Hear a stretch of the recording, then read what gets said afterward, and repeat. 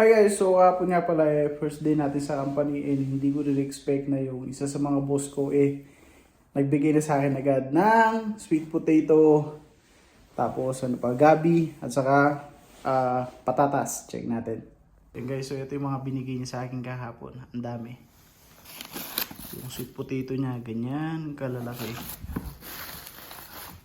Nagsasaybay din daw siya o nagtatanim-tanim. Grabe oh. Ang laki ng mga kamote. Tapos ito naman yung gabi. Oh, solid to pansigang. Tapos ito naman yung mga patatas. Ang dami rin yung binigay sa akin. Meron siyang dalawang malalaking sweet potato. Tapos ayan.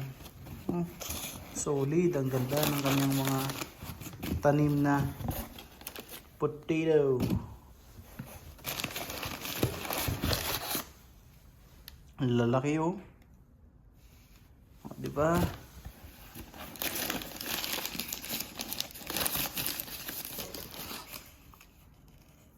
Sa baba nakita ko pwede rin magtanim. Yan nga lang hindi ganun kalawak yung space niya.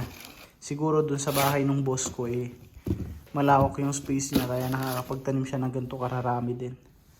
Okay, so look. Di ba? Panalo sa patatas. Tapos check natin tong kanyang gabi. Ito naman solid to na pang sigang.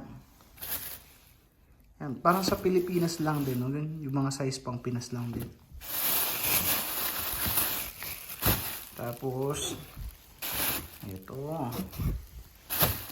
Tingin ko masarap dito nilaga sa dalawang tatas, samahan mo ng kape, yung walang asukal, walang gatas. O di ba? Yung blessing unang araw pa lang blessing na no. So wait pa tayo, di ba? Malay natin sa susunod na araw ibang gulay naman yung ibibigay sa atin. Ngayon naman hugasan muna natin bago natin pakuluan.